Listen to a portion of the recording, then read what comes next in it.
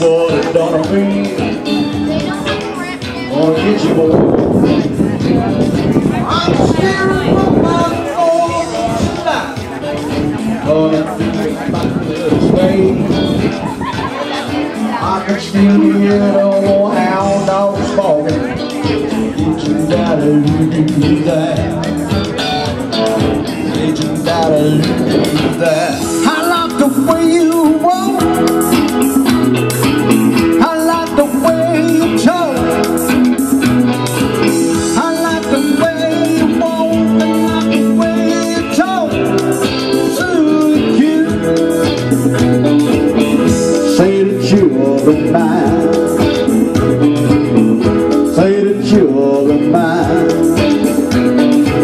How old is it? What is this house called? It's called the Araya House, and it's named after the Araya family, who were Spanish Basque, who owned it for about 60 years. And the first 3 rooms were moved here on log rollers from Old Town. And at that time, the last room was added as a kitchen. And then later, the current kitchen and bathroom were added after the city put in sewer and water lines. And in this front room, you can see one of the original water pipes. They were made out of redwood. Is that what I'm looking at? It's all redwood with steel around it. And then the water going through the pipe would cause the redwood to swell to keep the water from leaking. Oh, wow. That's good. That's And awesome. we're restoring the house to show the way it would have been a working family in 1900 to 1930. What is your name? My name's Charles White. Charles White. I've heard of you. And I'm president of the Heritage League. We have the museum and the Araya House. Thank you very much for your time, Charles. Thank you for coming in.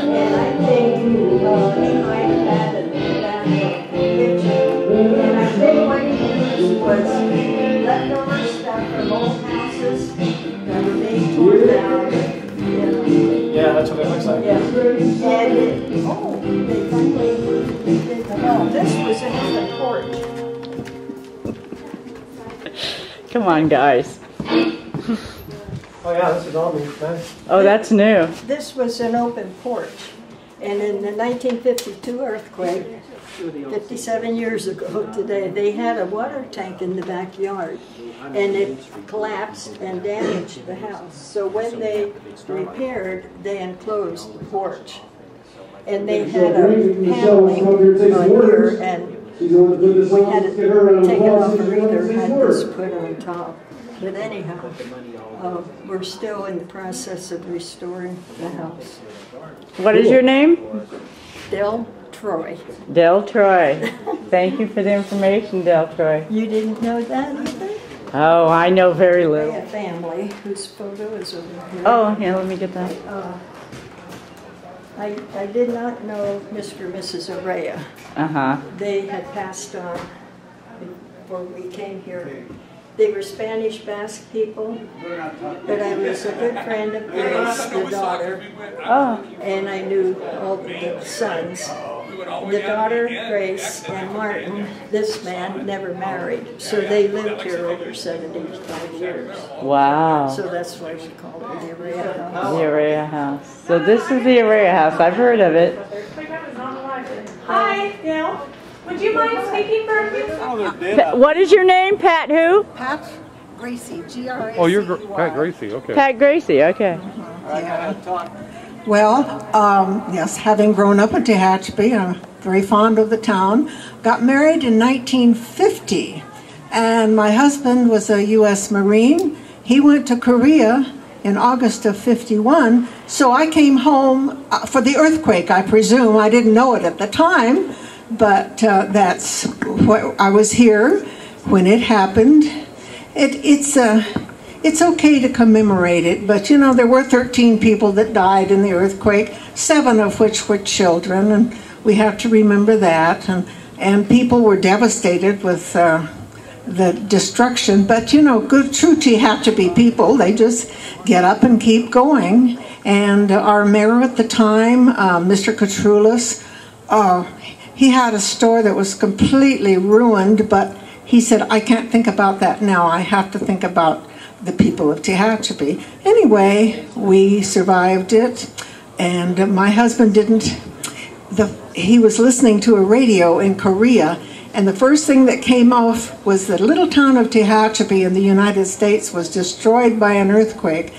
Flattened, it said, flattened. And so I asked the Red Cross how I could notify him, and I should have gone farther. They would have helped, but they said write him a letter. So 2 weeks later, he found out we were alive. Anyway, but it's you slept outside, and everybody was in the same boat, and they worked together, and this town survived as it always would. Anybody else want to know anything? Oh, good. Here's Linda Stivers. When it finally did stop, and there were a few jolts after that, we heard our daddy, Everett Sims, who's 94 years old and still lives here in Tehachapi in that same house.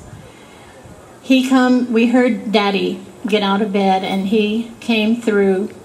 I had to walk through the kitchen to get to our room, and the man, he was barefooted. He just, scared too. Didn't think to put his shoes on.